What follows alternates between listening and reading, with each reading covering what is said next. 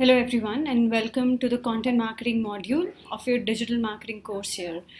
Through your previous modules in this course, you would have heard and read and practiced the basics of digital marketing. In today's course, I'm going to take you through why content marketing has become such a sought after skill for any digital marketer in India and how to leverage this skill. Before that, let me just quickly introduce myself. I'm Sumati Ahuja, and I'm a content evangelist, digital strategist, and also an aspiring novelist. I've been in the digital marketing space for about 9 years now. I started my career with Google, where I was an account manager for some of the top brands in India, working on their paid media strategies on digital using Google AdWords, YouTube, mobile, etc. Post that, I went to Indian School of Business for my MBA in Marketing and Strategy, and since completing that, I've been with LinkedIn for the past 4.5 years now.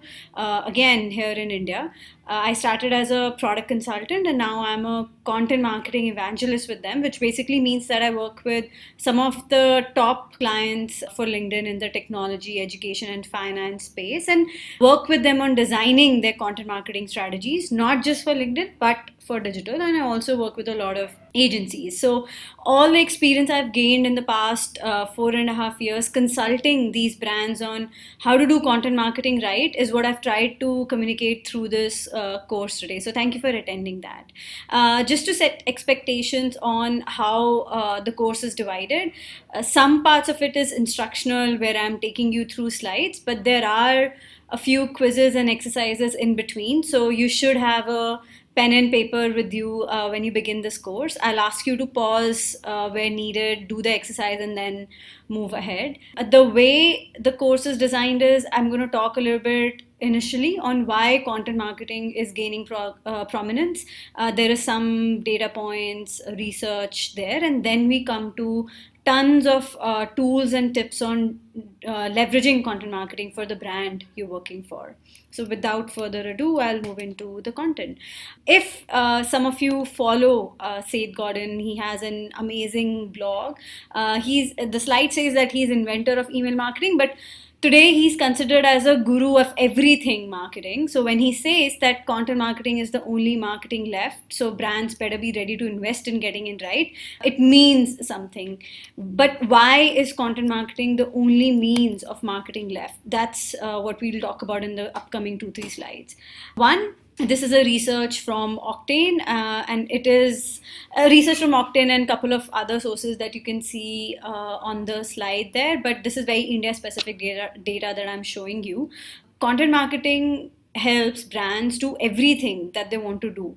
It helps in increase brand awareness, engage newer audience, so acquire net new audience and engage them with the brand, attract and retain existing customers, demand or lead generation, and also drive innovation through thought leadership. So everything a marketer will want to do for their brand and for their target audience can be done through content marketing. First reason why it's so relevant and so important. Second, over the past like few years, 5-7 years, digital marketing in general has taken prominence, right? Which is why probably you guys are also enrolled for this course with Digital Vidya. But you can divide the digital marketing activities into few things that you see on the slide there. It consists of marketing automation, mobile marketing, big data, etc. But the point to note on this slide and why I put it up there is even within digital marketing, when when we asked marketers in India that which of the digital marketing activities are going to have the greatest commercial impact for them, content marketing scored the highest, so 22% that you see there. The more interesting thing is it scored high over marketing automation, big data, even their like own website. So it's pretty tremendous that so many marketers in India acknowledge that content marketing is not just a good to have but a must have, because it's going to drive the most commercial impact or business impact for their brands. One more stat now, just changing the conversation. So we have established that why content marketing is important, but now let's talk about like, do people know how to do it right? So 70% of Indian marketers do believe that it plays a role in converting leads to business, which is why, like we saw in the previous chart, it is the number one commercial activity that they're banking upon. But the bigger reason why this shift in paradigm happened, or this shift happened that people suddenly started to notice content marketing, is because the way consumers are interacting with brands is changing. A Millward Brown survey talks about that, say 10 years, 12 years ago, when we spoke about marketing, it was about share of wallet or share of voice. So that's why brand used to do, brands like HUL, brands like all the FMCG brands that you see doing such amazing advertising on print, digital, TV. It was all about having recall with the consumer. But with internet being so prominent today, and us having access to internet through connected devices, smartphones, everything, it's moved from a share of voice conversation to share of experience. But what do we mean by share of experience? Share of experience means that as a marketer, you're now supposed to control every step, or at least influence every step of the experience somebody has before they buy from you. So the only way to control or influence every step of a prospect's experience is through content. So, by the end of the session, you will learn some myths about content marketing. So, from my experience, I have tried to talk about 5 myths that people think are the right way to do content marketing, but it's actually not. Next, we'll go on to how would you identify and create good content if you have to do that for your brand or for your organization. Third would be, okay, we have some tips in place on how to create good content. We'll talk about a framework to begin a content marketing program. After that, very, very important, it's not just important to create a content marketing program. You should know how to drive ROI through these content programs, or return on investment, or measure the impact that these programs are having. So I'll show some tips and share some frameworks there as well. And in the end, I'll leave you with some key resources and tools that you can refer back forever, even after this course on doing content marketing right. And like I said, we'll stop in between all of these sessions to do some exercises. So, content marketing myths. The first myth is that B2B content needs to be serious. So, people believe that since B2B brands are talking to senior audiences, say like CIOs, CFOs, IT decision makers, and they're talking about a product which is probably technical mostly in nature, they feel that it needs to be serious. But it's a big, big myth. B2B content doesn't need to be serious. Content in general, whether B2B or B2C, just needs to be engaging. Why do I say that? We saw that 70-80% of Indian marketers believe that content marketing is important and they want to invest in it. But the struggle is that 54% of them don't know how to create engaging content, which is why the tip we have for marketers is, don't think about like B2B content needs to be serious or it needs to be geeky, it needs to talk about all the technical details of your product. The content just needs to have emotional resonance with the audience that you're talking about, because at the end of the day, it's a human you're talking to. It needs to have some humor, and there needs to be a story around it. It doesn't need to be just like an update. It needs to tell a story of what your brand is, how you're going to impact this professional that you're talking to, how it's going to impact their like everyday life, make them more productive, successful in their jobs. That's what the content needs to solve for. So here I want to share a case study with you guys. Cisco has been running a microsite online called The Network. Cisco, as you know, it's in the telecommunication space. They have pretty dry products, so to say. It's technology products, right? Routers, switches, stuff like that. But on this particular website, The Network, in place of talking about these networking solutions or telecommunication solutions, they have built a community where people can bring stories of how Cisco's telecommunication products and services are changing lives, improving lives in many cases.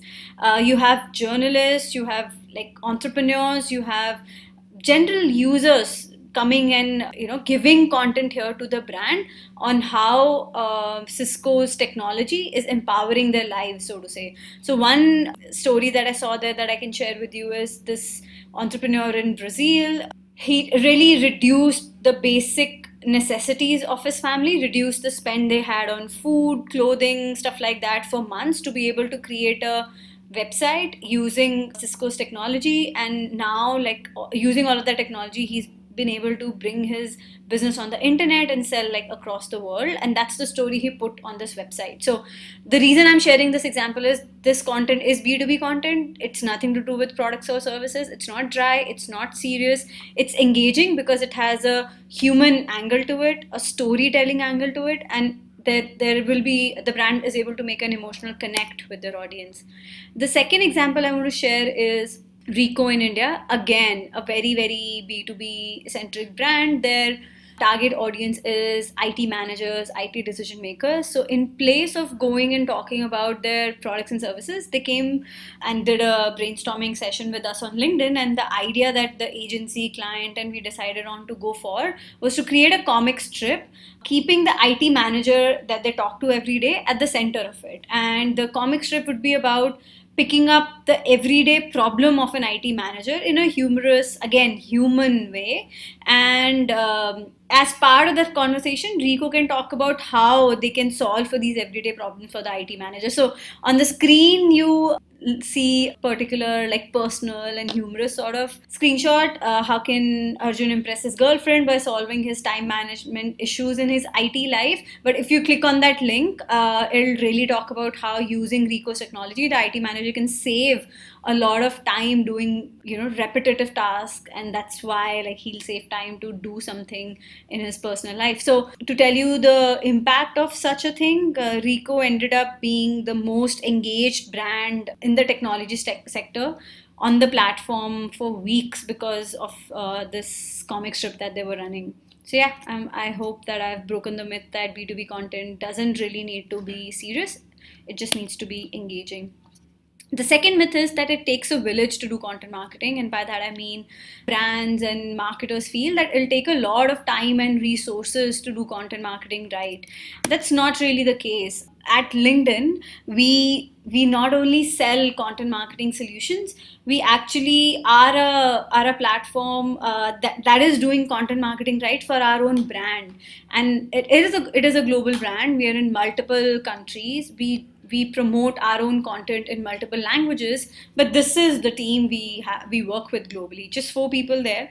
One of them is the visionary, like who thinks about what the content strategy needs to be. One of them is the social guru who thinks about how do we promote it across the social channels that we're part of. One is like an editor-in-chief who'll actually write the content, edit it, make sure everything is right. And then we have one person dedicated to the LinkedIn blog. Other than these 4 people, we just have one person in each of the other markets. So one person in the Asia Pacific market, one person in the EMEA market, who will leverage all of this global content, localize it, use it for local marketing campaigns. So 6-7 people is all we work with at such a big organization to do content marketing right. And we believe if we can do it, everybody can do it. It's just about having the strategy right. It's not really about having too many resources. The third myth is that lead generation is a KPI for the demand gen marketer alone. So what generally happens in companies is like a marketing team is generally divided into some people who are just working on branding, awareness, exercise, corporate branding and stuff like that. And there'll be a couple of people or a team dedicated to demand generation activities. And the marketing team feels that overall, like if I'm not part of the demand gen team, it's not my job or it's not my KPI to generate leads. I can do like whatever I want.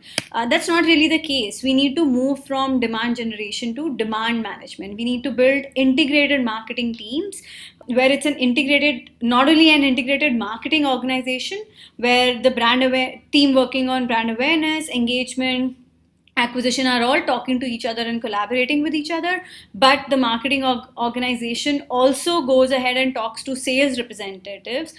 They make sure that with whatever campaigns they are running on the marketing side, they have relevant content on the website to give somebody more information on it, and then also talking to the products and service team to tell them what we are talking about their products and services. So to give you an example, if the marketing team is or the demand gen team is putting out a webinar where they'll be collecting leads, they need to work with the sales guys on first ensuring the right sort of customers are invited for this webinar. They need to tell the sales representatives how we are pitching the webinar. So if their customers ask them, they should know. We should tell the whoever is going to work on these leads that are being generated and calling and following up on, for example, should also know what was promised in the webinar so that they can talk to these guys and move them ahead in the funnel, so to say.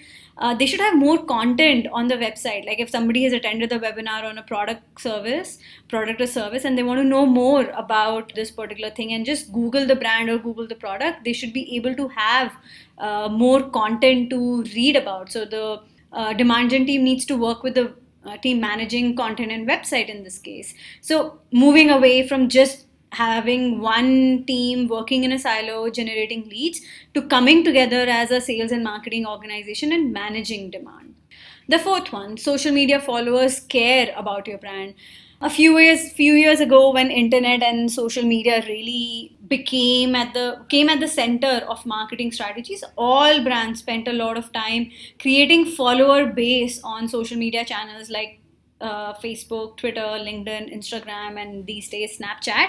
But one thing we forget is the reason all of these people or thousands of people that you have spent time gathering on these social media channels, you need to know why they are following you. They don't really care about your brand, and it's not actually a bad thing. What do I mean by that? If somebody is following the L'Oreal brand online, I don't wake up every day thinking, oh, let me go check what is the new product that L'Oreal has launched, unless I'm ready to like buy something. So they don't really care about your brand in the sense they're not following to know more and more about you. They care about themselves when they are following that brand. So anytime you put a piece of content out on your social media channel, you need to buy into this concept of the giving economy, that stop selling your products and services alone, but start giving back value, information, tips, tools. That should be the majority of content you're giving to your followers instead of trying to sell. Last one, and then we'll move to an exercise in another section. The fifth myth is that more content means better performance. So all of the stats that I showed you, which talk about how content marketing has become a major activity for digital marketers in India, has led to this abundance of content being created. People just feel that the more content I show to people, the more likely they are to become my customers. But CEB, Corporate Executive Board, actually did this research that if you just bombard people with content without it driving any value, they will become detractors and not really promoters of your brand. And because of the same behavior we have where we just want to create like more and more content, it just led to a content shock. Like we generate 5,000 media messages per day just in the 10-15 minutes that I've been talking. You guys who are hearing me talk on a screen, you would have received I don't know how many emails on your professional and your personal inboxes. Somebody would have sent you a WhatsApp message, somebody would have sent you text message, and you would have been so distracted like looking at all of these things. But if you pause and think about how much do you remember of all of these messages that have been thrown at you in the last 4-5 hours? Probably one or two stand out. So it's not about creating more content, it's about creating relevant content. More so because and some of you will know this already, the average adult attention span is less than that of a goldfish. It's just like 8 seconds on an average. So mediocre content will hurt your brand more than doing nothing at all. So more content doesn't mean more loyalty. It's all about relevance. In case you don't know who this person is, Content Marketing Institute has become like a really go-to place for people who try to learn more about content marketing. And Joe Pulizzi is the founder, and he like has a lot of blog posts and interesting content out there on doing content marketing, right? So you should check that out as well. Cool. So we will pause here, and I will share an exercise. You can at every part of this question, like just pause, make notes and do this exercise and then move forward. So the first exercise I would want you to spend a little bit of time on is, of the 5 myths I just shared, which were surprising to hear about and why? And the second exercise I would want you to do is, from your own experience, either doing digital marketing or just like reading and learning about it, any other content marketing practices you are aware of that should be avoided if you want to be successful at content marketing. To just spend like pause it for 4-5 minutes, do these exercises, and then we can move ahead. Coming to the next section, which is how to identify good content. And the reason this section is extremely important is, when you're working with any brand, you'd realize a lot of time they already have content that has been created for a while. So everybody has a website. Some of the brands will have a blog as well. Some of them will have YouTube channels. Some of them would have created content for TV, radio, print. So there is no brand who doesn't already have content. It's about identifying good content and leveraging it for the betterment of the brand. So, what constitutes good content? I have a framework for you guys here. We spoke about that it's not really about more content, it's about driving value for the customer you have in mind. So, keeping value at the center. Good content is the overlap of content that's entertaining. So something that you saw Rico do, which it was entertaining because it's a human angle, it's a comic strip. Every day you look forward to, oh, what is the problem this IT manager is going to face today? And it, at the same time, it's informative and educational, that if I relate to that problem, I can click on that link and read more about it. So content that's at the center of being entertaining and informative is what constitutes good content. So this is one tip like you can have always when you have to decide whether the content you're posting is good or not.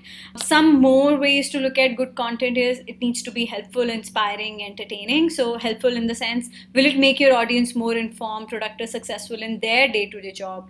Inspiring, that if you have access to leaders in your organization or subject matter experts in your organization, can you put out content which will inspire these people to do things the right way? Again, like add more value to their professional life. And entertaining, because at the end of the day, everybody wants to read something that's entertaining. If I'm spending 2, 3, 4 minutes of my time reading a blog post or reading a content piece, I not only want information, I want information consumption in a way that's entertaining and worth the time I'm spending. So having a human angle, emotional angle, or story around your content will make it entertaining. So how can, as a brand, how can you think about creating good content? So again, like I have a framework for that. To create good content, you have to first do some sort of self-awareness as a company. You should know what is your company's expertise. So if you are a educational brand, like suppose you are in exec education, what is your company's expertise? Your company's expertise can be that you have a lot of exec courses to offer for aspiring project or product managers.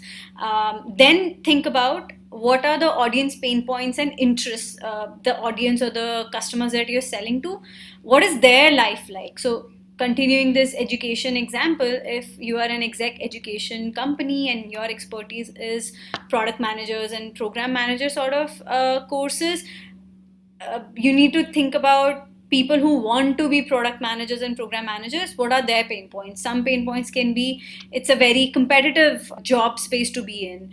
Second, few jobs, but a lot of people aspiring for this particular sort of job.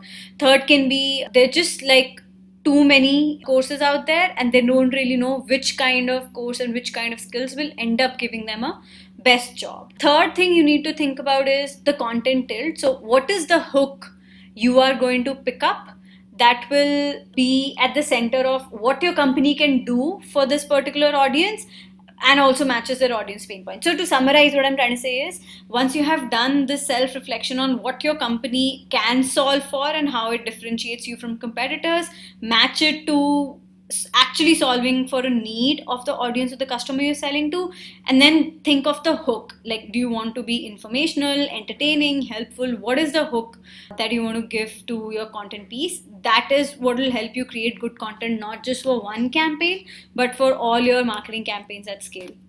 Now that we know a little bit about how to identify good content, once you have identified that content hook, you know what is it that you want to highlight from the various expertise that a company will have. Let's talk about a framework to begin building a content marketing program. This is the planning template we'll work with. The first question that you need to answer is you need to really know who the audience is, and that's what we call going deep into the persona need. You need to know who the person is at the end of the day that you're trying to sell to, not the title. So as a tech brand, not really just knowing, oh, I'm going to talk to like the CIO, but who is the CIO? What are their aspirations? What are their everyday problems? What are the constraints they face in their job every day? Next, what is about your offering that will appeal to them, and why will they care about buying from you? So very, very important to get this persona nailed down. Next is the business challenge. So as a marketer, you need to know that when you're running a content marketing campaign or a content marketing program, what is it that you want to solve for? Do you want to solve for awareness? You want to solve for a shift in brand perception? You're trying to solve for a product launch or demand generation, whatever that is. Third is big rock content, and we'll talk more about what do I mean when I say big rock. But basically, you need to develop 2-3 pieces of content which will last a while. So like an investment in, say, a research paper or a white paper webinar, or any sort of maybe interview series, for example, which is both entertaining and informative, but something that will last a while. Like it remains relevant for this persona, not just for one campaign, for multiple campaigns, and it keeps on solving for the business challenge you had in mind. Fourth, very important, to have a distribution strategy. So if you create great content but you don't have a distribution strategy nailed down, it basically means you created a hotel like in the middle of the desert where like nobody knows that there is a hotel there. So you need to plan for how will you distribute this amazing content that you created and get it in the hands of the people or the customers who matter to you. And not just like a distribution strategy to just distribute it, but also how will you optimize while the campaign is running. So now I have like a series of tips on how you can do all of these 4 things that we spoke about. The first tip is set goals, objectives, and metrics. So I spoke about in the previous template that you need to have the business challenge very clear in your mind. So if the business challenge was lead generation booking, so you need to understand like where is it. You need to understand what you're trying to solve for in order to get there. So if you know it's lead generation or new bookings that you're going after for the brand, just having goals and metrics in mind, that what is it that you will judge yourself on. So it can be marketing qualified leads, sales qualified leads, or actual closed bookings for your business. If the goal that you have in mind is brand perception or awareness, then the goals can be that you're going to conduct maybe an brand impact study, like a research pre-campaign, post-campaign, which is comparing like after having done this brand awareness campaign, did your unaided recall go up? Are more people likely to recommend your brand to peers now after having done this brand awareness activity? Yeah, like if the other objective you have is creating customer advocacy, basically, which means that your own customers are recommending your brand to people in their network, you need to have like a metric to measure that as well. Next, like we spoke about, that you need to know really everything about the persona you have in mind. I just have some tips here on how to build that persona. So just saying that I'm going after a small business or I'm going after a IT decision maker doesn't really mean that you know the persona. You need to understand what is the information that your buyers want and need to make that purchasing decision. You need to understand how they talk. So by this I mean the jargon they use, the acronyms they use, and also how they like to be spoken to. Do they like somebody talking to them about just business strategy and cost savings, or are they interested in how a solution actually implemented? So you need to know how to talk to them.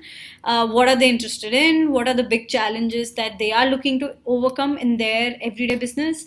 What are the key milestones in the customer buying cycle? So if IT decision maker or small businesses are what you're going after, what are the key milestone or the questions they think about, main big questions they think about before they make a buying decision? So you need to know that. Next, very important, the people in the buying center. So is it just the IT decision maker, or are there other people influencing this decision, is what you need to know. who or what influences them. Yeah, what are the most common objections to purchase? So what are some of the things that make them decide not to buy from a brand? What are the frequently asked questions? So this is like not an exhaustive list, but answering most of these questions or all of these questions will help you decide who this person is at the end of the table that you're talking to. So a little bit framework on that as well. To summarize what all we spoke about, the personas are people too. You need to know who they are, what they want, and why they want it. Next step, if you want to talk to all of these people that you just did so much research on, you should also spend some time researching content topics that they are interested in, or content that they are already interested in reading, sharing, talking about. There are some very basic tools in the market that you can use for this. One is Google Trends. So you can just type Google Trends on google.com, and it'll give you a link to Google Trends where you can put in a keyword and see what are people reading about this particular topic. Then there's some more called Answer the Public. BuzzSumo is a paid tool, and then you have LinkedIn as well. We also have an internal tool called Trending Content, wherein we can tell you if it's the SMB or IT decision makers that you're interested in talking to. We can tell you on our platform what is the content that they're reading, or if you already have content built on a certain topic, say big data, this tool can tell you which sort of audience is interested in reading that content. So we'll pause there and do another quick exercise, but I'll give you a little bit background before you do that.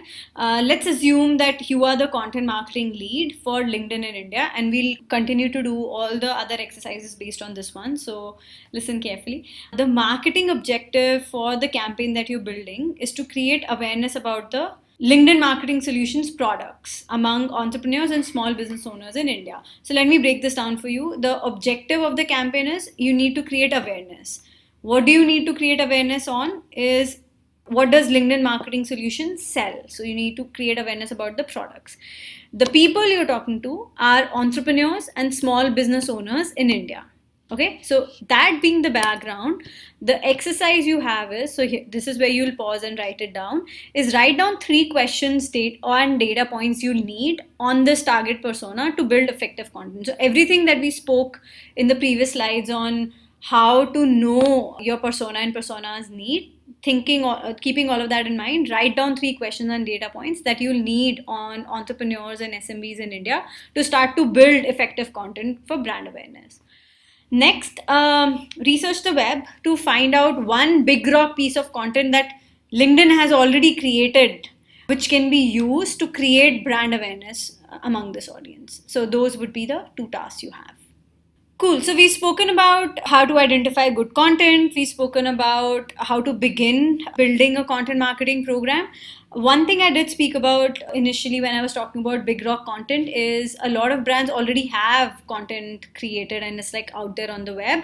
How can you perform a content audit in 3 very easy steps to figure out of the content a brand already has, what sort of content will work and like what will not work? So to create or to do audit of the existing pieces of content, first step is just research everything that's there on the web. So go to the blog, go to the website, go to the social channels, see the ebooks, videos, everything that they have. So it's an inventory check of the ingredients that are needed in the recipe.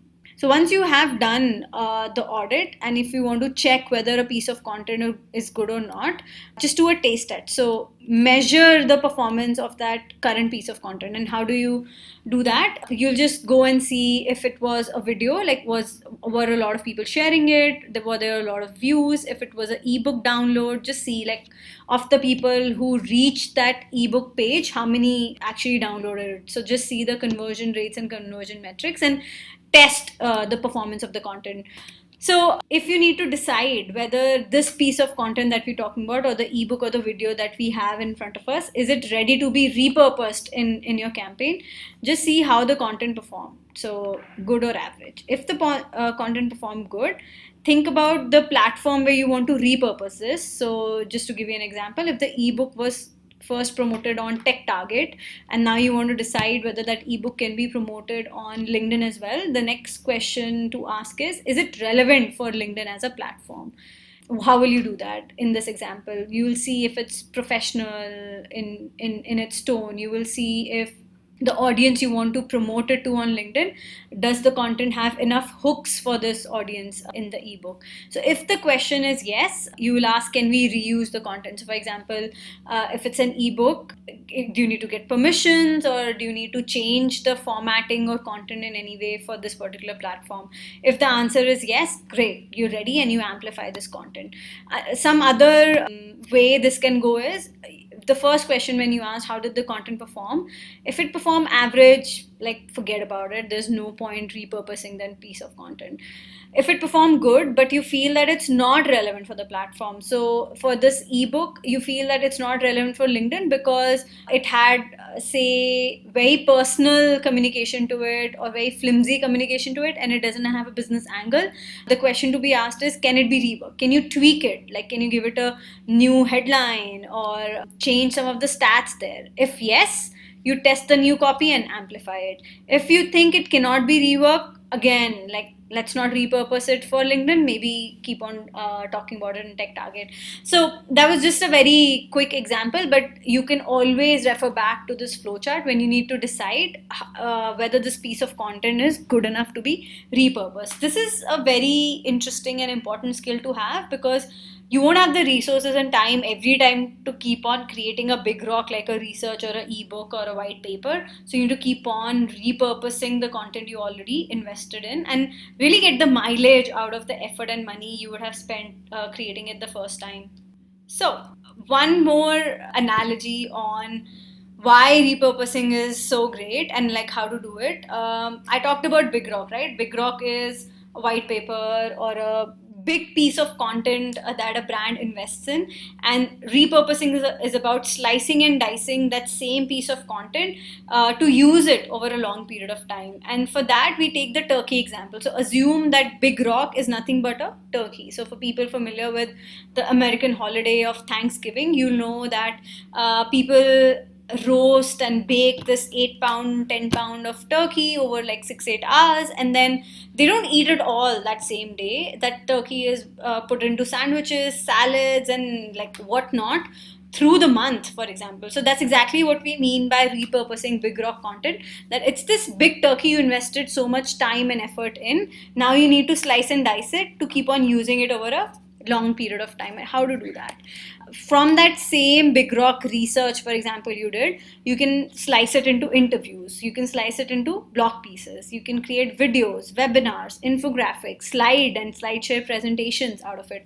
You don't have to do all of it for every Big Rock piece of content, but the point here is, don't just use it for one campaign, slice and dice it in different formats so that you can use it in a lot of different platforms and reach out to a wider and bigger audience. But also because if you change the tone of this Big Rock from interviews, blogs, videos, more and more people will be interested in reading this content. So yeah, and then you can choose the channels on which you want to promote all of these slices that you have created. Here is the next exercise on the Big Rock and the turkey example that we just spoke about. So going back to how we were working, you were the content marketing person on LinkedIn Marketing Solutions team, and to market our products and services to entrepreneurs and SMBs, you identified a Big Rock piece of content and wrote it down on the paper, right? The next exercise has 3 tasks for you. For this Big Rock content piece, like the video, webinar, whatever you figured out, what would be the 3 turkey slices you would recommend for this Big Rock? So like I spoke about, if it was a research paper you recognize as a Big Rock, what would be the 3 pieces you will create out of it? Whether it'll be slides, interviews, blogs, what is it that you'll create out of it and why? That's task number 1. Second is, which of these 3 turkey slices that you've created will be gated content? What do I mean by gated content? Which of these 3 people will have to like put in their details to download, and which will be non-gated? You'll just give it out for free. Third task is, now that you have these 3 turkey slices and you have decided which is gated and which is non-gated, what would be the channels 3 digital channels you will prioritize to promote this content on, and why? So pause, you can have the question up there on the screen for you, and continue doing the exercise. Once you're done doing the exercise, I'm just like moving on to another idea here, that you have identified, if you go back to the planning template that you were talking about, you've really identified who the persona is, you know them in and out, you know what their challenges, aspirations, wishes are. Now you have started to also create content for them, like you have decided the big rock content that will answer all of these questions that this buyer persona has. And after deciding on that big rock piece of content, you've also maybe created slices out of it. This particular slide is talking about how to bring it all together in a content calendar or a content strategy. Taking the whole turkey example ahead, turkey is a one sort of food, and I'll give you the different content types you can have other than this big rock piece of content in your content calendar, taking that same food analogy. So turkey content is that valuable time consuming project, right? Like it's a big research or ebook or white paper that you have built. But you can also build raisin brand content. So basically it's the basic everyday content that you can dish out very quickly. Then the other type of content can be spinach content, so the stuff that's good for you even if it's difficult to chew. So interviews and results. So this is content which can be a little bit boring to read, but it's very important, or not boring, but like time consuming to read, but it's important for your audience to know about it. Next can be chocolate cake content. So it's just entertaining, light. So the myth content that I spoke about in the beginning of my presentation, that can be chocolate cake content, that it's light, easy to read, easy to digest, and everybody wants a second piece of it. Next, last type of content can be Tabasco content. It's just feisty. So it's basically, if you are a brand who is a challenger or maybe the leader in your category, you don't always want to report on what's happening in the industry, but if you want to take a strong opinion on what should happen in the industry, where should the industry go, it can also be a little bit shocking for people sometimes, but taking a stand and being feisty is what this content is all about. So when you have mix of content like that, then you can start to build a strategy that what is it you will post like every day, and have a mix of all of these food groups for your audience. It'll serve for variety, it'll serve for a lot of information, entertainment for your audience. So this is just a sample to say there needs to be a variety of content in your content calendar. Yeah, this is one particular framework or example on how you can build a content calendar. This is how we do it at LinkedIn. We put a target audience, whether it's the entrepreneur or the SMB, whoever we have in mind, then the topic, what is it that we're trying to answer for this particular audience? What question are we trying to answer for this particular audience? What do I want to do with this content? Like, do I want to promote it organically, or do I want to have paid angle to it? And then do you write out that content, like whether it'll be an image, whether it'll be a video, what is the headline, and then like the copy and the URL I want to take them to. And yeah, this is another way we do our content marketing planning for the audience. The same persona questions we were talking about, for the audience you have in mind, just jot down questions. What do you want to say to this audience? Why does your audience care for this? How will you measure success of this particular piece of content? And then what is a call to action you want to put out there? You want them to download something? You want to just like drive them to a video? What is it that you want them to do? So it's necessary to do this sort of exercise, because it'll help you determine the hook you want to have in your content for this audience. Doing both these exercises that I just spoke about, here is how your content calendar will start to look like. So you'll have the audience up there in front of you, and you'll have their buyer journey. So you'll know, so a buyer will go through learning about your solution. It'll go through, other question in their mind would be how the solution solves for me. Then they'll compare you with competitors, and then they'll make a decision to purchase. And then when they become a customer, they'll want content on how to start using your products and services, how to grow, maybe start to use other products and services you have to offer, and then how to get other people onboarded and like create advocacy basically for you. So for your sample content calendar, you should start to plan what content pieces you have to solve for all of these questions in the buyer's mind.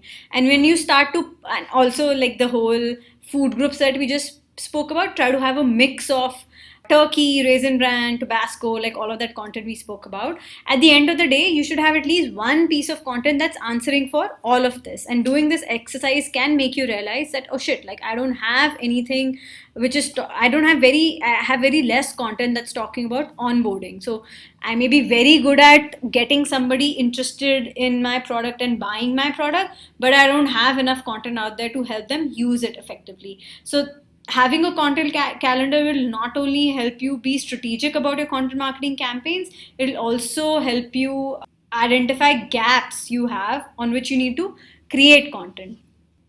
This is the other way we make a content marketing calendar. So we not only put like what do we want to share and what's the objective, we put key metrics against it as well, like how am I measuring the impact of this content, which is very, very important. Like after the end of 3 months that you have been running a content marketing campaign, you need to know what is it that you'll report back on.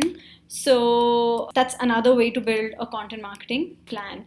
At the end of the day, you need to have content that's answering all the stages of a funnel. So you need to have awareness content, you need to have content that's going to build consideration with your audience, you need to have gated content which will help you convert more people, and then you need to have content which is increasing the advocacy of your brand with this target audience, so that they're recommending you to other people. And this slide is just sharing more information on what sort of content makes a good awareness piece of content, consideration, conversion, etc. So it's just giving you various content types that you can put in a content calendar, and a mix of this, you'll end up having a mix of those food groups that we just spoke about. So I'll just wrap it up again with the same planning template that we spoke about. We've spoken about how to go deep into identifying the persona need. We've spoken about that you need to be clear about the business challenges that you're trying to solve for. We spoke about how to identify big rock content and also how to distribute it using the turkey slice example. And yeah, we'll come to one example at LinkedIn on how we did it, like how we use the same tactics and tips that I just spoke about at LinkedIn to do better at content marketing. So our objective was that we had created the sophisticated marketer's guide to content marketing, and it had visuals, quotes, stories, resources, but it was created in the US. And the need that we had in India was that we wanted to talk to people like Namita, who is a marketing manager at a tech company in Bangalore. She started at the company 3 years ago and she manages a team of 8 already.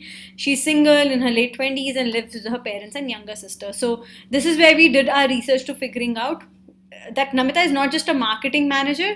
Who is this person and what are her aspirations? That is the sort of research we tried to do, because we will be promoting the sophisticated marketer's guide to content marketing to people like Namita. Next thing we did is we tried to find out a little bit more about what is her like everyday business challenges. So Namita's manager is the CMO who asked her to create a content marketing strategy for the company. But there are some challenges, same that all Indian marketers face, that 67% of them create brand content in-house. They don't have the luxury and the resources to go to an agency and ask them to create this content for them. 45% of them lack a process for creating content, like they don't know how to go about it. So after having that content piece, like the big rock content piece, which is the sophisticated guide to content marketing, and the objective being that we want to promote this particular content, we first figure out the persona need. The persona need is they don't know how to do content marketing and they want a blueprint for content marketing.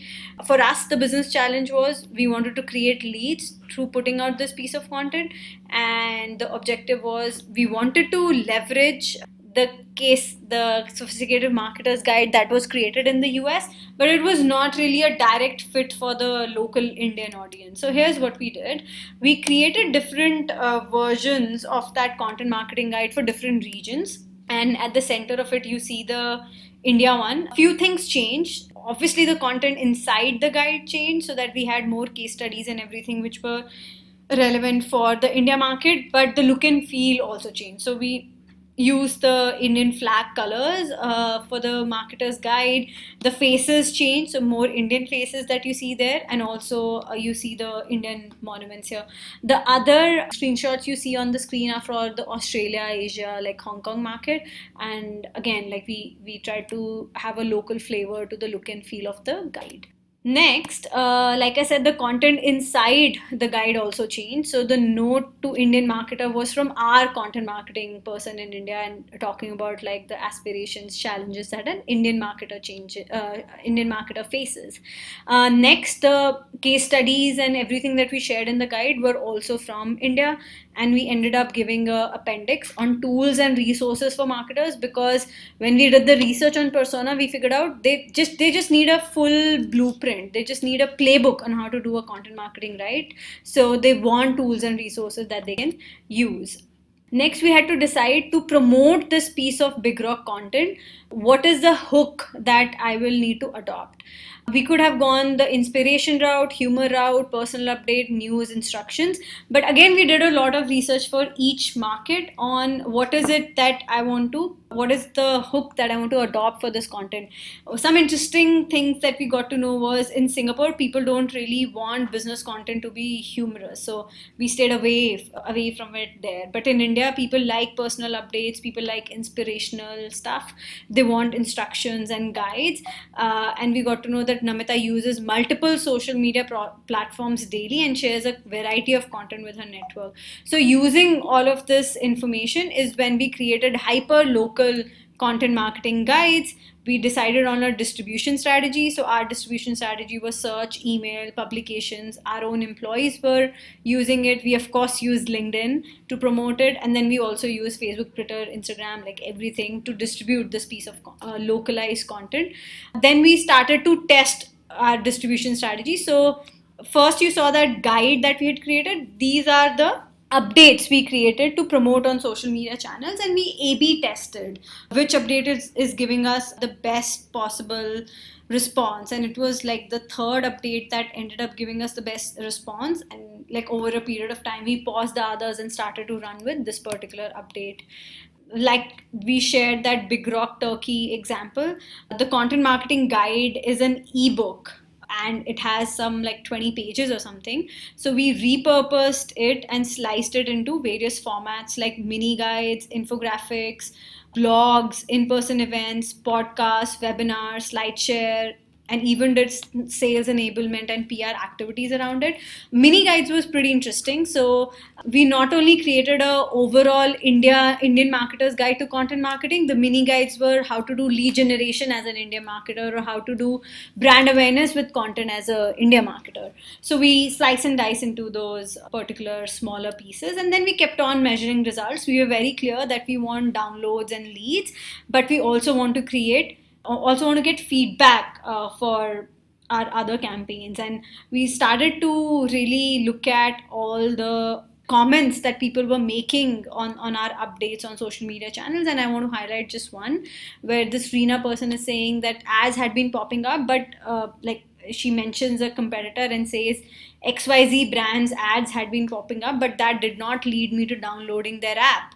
But your ads did lead me to downloading this guide, and what next. So we kept on reading comments and getting feedback on improving our content marketing strategy. So if I summarize everything we spoke about right now, you need to first get the persona need right, but also humanize the audience. It's not just an IT decision maker at the end of the table, it's a human that you're talking to. Then you need to figure out great content that provides consistent value to this audience. And then you need to figure out a distribution strategy to deliver this content in context, and then also have measurement metrics in place on how you're going to judge the performance of this campaign and optimize this campaign. So, which is where we come to defining the ROI on content marketing. So, we're not going to talk about the what. Like a lot of metrics are available, and again, like as you have gone through this digital marketing course, you may have done some course or some module already on digital marketing analytics, like clicks, conversions, leads, and all of those that great stuff. That's the what. Like all of those metrics exist. What we want to talk about is the so what. Like you will have all of this data available available as part of your content marketing or digital marketing campaigns. You need to figure out how to use insights and analytics from this data to make decisions on optimizing this campaign and driving more business value for your brand. We can all say that branding awareness and engagement is great, but at the end of the day, sales conversion is the number one metric for both B2C and B2B brand. And one way that we want marketers to think about it is to invert the funnel. Today, the way, just look on the left side of the slide for now. Today, how we measure success of any marketing campaign, not just content marketing campaign, is this funnel that I use content to reach to 12,000 IT decision makers. I had a 10% conversion rate, for example, and 120 of them got converted into marketing qualified leads. Of those, 20 became sales qualified inquiries. From those 20, I got 4 people converted and buying from me, which led to 40,000 in revenue. And the mistake we do is we judge this 40,000 revenue to the amount I would have spent in reaching out to 12,000 IT decision makers. But a more intelligent way to do this would be to begin with the revenue goal in mind. That, okay, as a marketing organization or as an organization, we need to hit 10 million in revenue. We all know the conversion rates at every stage of this funnel. So to reach 10 million in revenue, I need 1,000 wins. Like I need 1,000 customers buying from me. To reach 1,000 wins, I need to have 4,000 sales inquiries. To have 4,000 sales inquiry, I need to have 24,000 marketing qualified leads. And to have 24,000 marketing qualified leads, I need to reach out to 240,000 IT decision makers. Once you have it to this level, that to reach that 10 million, I need to have 240,000 IT decision makers. Now you decide on the platforms you need to go after to reach to 40,000 IT decision makers, and then you do all of the stuff that we spoke about, like know the persona and then build content to reach out to this 24,000 IT decision makers. So our suggestion would be to tip the funnel or switch the funnel and do content marketing ROI this way. After that, like pretty basic stuff, like we spoke about what is good content, but you need to have metrics in place to measure performance. So not only have metrics like I need to, if it's a content piece that's going to drive brand awareness, the metric there is the traffic or the click-through rate it has. If the metric for the content was to drive leads, you look at downloads it generated or inquiries it generated. But that is not enough. You should also need to know the benchmark. Like, is 1% CTR good or 0.5 CTR also good? So you need to not only have metrics in place for the content piece, but also the benchmark on which you're going to judge it against. Here are just like a couple of examples on how we do it at LinkedIn.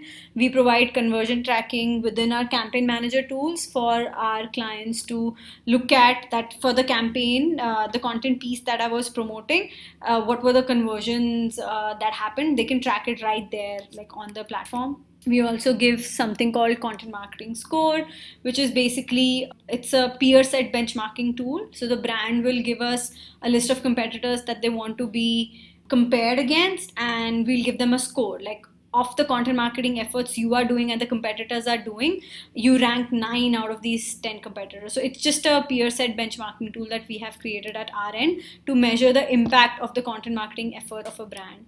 Next, I just want to talk about a few brand case studies who are doing content marketing right, just to give some inspiration. So HCL has had this platform called CIO Straight Talk for a very, very long time. It started with magazine that they used to run called CIO Straight Talk, and they used to physically deliver these magazines to a select few CIOs in North America. They decided to convert this into a digital property, so they had web microsite built where they were directing relevant traffic for them to register into this community. And then they also created a group on LinkedIn where it was a closed group where CIOs could come and like talk to each other. So over a period of time, they have like thousands of hand-picked CIOs who are part of these communities, who feel comfortable talking to each other and solving for each other in this community. And what has HCL gained out of it? One is customer ROI. They get subscription data. They know who these CIOs are. They know what they're talking about, what matters to them. And it builds brand loyalty because these CIOs know that HCL has made it possible for them to come together and talk about all of this. Next, data ROI. It's like first party audience data they have on what these CIOs look for, what are their business problems. They don't need to do any other research. They just need to listen to these conversations, and they'll know which products to pitch to these guys in their sales conversation or their other marketing campaigns based on the conversation the CIOs are having on this particular group.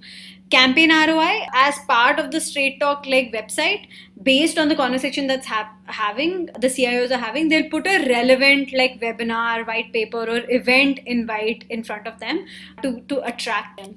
Next, business ROI, like I said, they have access to select few thousand of CIOs across the world, and they create smaller roundtables where they just go to this community and ask them to come like in a smaller group, say in Geneva, and do a roundtable with their sales guys. And they have created $1 million worth of like RFPs and revenue out of just this community. Next is American Express, a financial brand that wanted to go after entrepreneurs and SMB audience, and they first did some research on what does this persona want, and they realized, and that's the quote I have there, that through our semi-annual survey, nearly 60% of customers, SMB customers, told us that they found this social media world really challenging. Only 13% were tapping into social networking because they didn't know how to. So they wanted to solve for a real problem for these SMBs, and they created this particular platform called Open Forum, which you should check out and like just go research what this forum is about.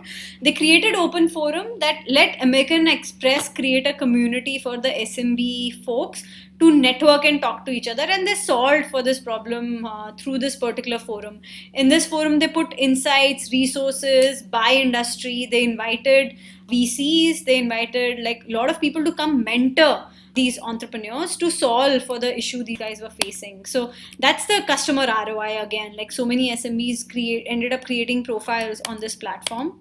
Data ROI, similar to HCL, they got first party audience data on all of these like hundreds and thousands of SMBs, and they in the end they had a LinkedIn like sign in on this property as well, so that they get like first party data on when somebody is registering for this particular community. Campaign ROI, just like HCL, based on the conversation that is happening, they push products, events, and stuff like that. And business ROI, because they were talking to SMBs and entrepreneurs, they started to feature case studies in a very human and relevant format. So they started to show them how American Express products are changing the way SMBs do business, and put spotlight to these like life stories of American Express changing SMBs' lives. So that's pretty much it for American Express. Coming to Red Bull, like all of us know, whenever we think of content marketing, we think of Red Bull. Because they've been doing this so well for such a long time. But I want to talk about Red Bull's Bulletin. Again, it began as a lifestyle, like fashion magazine. The reason is Red Bull didn't want to just talk about their product. The product is just one bottle that probably tastes like cough syrup, but why do thousands and thousands of people consume it every day? Because they created a lifestyle around it. They created a story around this brand. That the story or the pull for the brand was that Red Bull is for people who are adventurous, who go to the extreme. And that's why they created this lifestyle magazine or a property where they started to then sponsor Formula One racing. It started as a printed guide on Formula One racing, then it became into a men's lifestyle magazine, and like over the course of years, they now have 550,000 loyal subscribers on this. Just like all the other examples we are talking about, they get data ROI out of it. They can talk about their products, they can talk about the events they are having, they can talk about all the sponsorships they're doing around the world, put videos, everything in like this one place, and it reaches to 500,000 people just by putting it in this one place. Next, because it's an own property, everything that they do around base jumpers, mountain bike, Formula One team, like all of that goes in here, and they build promotional campaigns out of this one particular property. And business ROI as well, like if you talk to the CMO and the CEO there, they feel that the amount of effort and revenue they would have put in creating this particular property, they have received much more value out of it, because this property increased the awareness level of the brand 2x 3x. It created a lot of downloads for them, and it just created this very strong brand perception that Red Bull is for the adventurers and people who want to fly. Like, that's their new tagline, right? So, summarizing all the key takeaways we have from this particular course: one, content is a journey; it's not a sprint. Seek opportunity. It takes time for people to continuously engage with you as a brand. You need to seek opportunities to tell a story, inspire, and educate your customers. And this is how brands can stay top of mind for the audience that matters for you. Next, very, very, very important to A/B test. Like, I can give you a lot of best practices here from my own experience from the different brands that I've worked with, but you really have to test it for your own brand, because it depends the awareness level you have with that particular audience and the content you have out there. So A/B test different elements of your updates and different elements of your content strategy to come to a strategy which works for you and your audience. Yeah, like the next step is the whole framework that I showed, that you need to be at the center of your company's expertise and your audience pain points. This is just a funny way of saying that you could show a video of your brand landing on Mars, but if it's not relevant to your brand's mission, or if it's not providing value to the end customer, it will not perform. So it's not about creating viral content, and it's not about creating like some jazzy piece of content. It's about creating relevant content for your brand. Next, I have given you a link on this slide to download the Sophisticated Marketer's Guide. It'll have a lot of resources like this checklist, but something that you can like print later, keep at your desk, like refer back to. Also, some tools and resources we use in our own marketing teams to do content marketing. And yeah, like that brings us to the end of this particular session. Hope you got some insights and tools to work with. We will follow this up with a longish exercise, and I look forward to receiving your questions and also the answers to the exercise. That's my email ID, and you can obviously connect with me on LinkedIn as well. Thank you so much for your time and your attention so far. Thank you.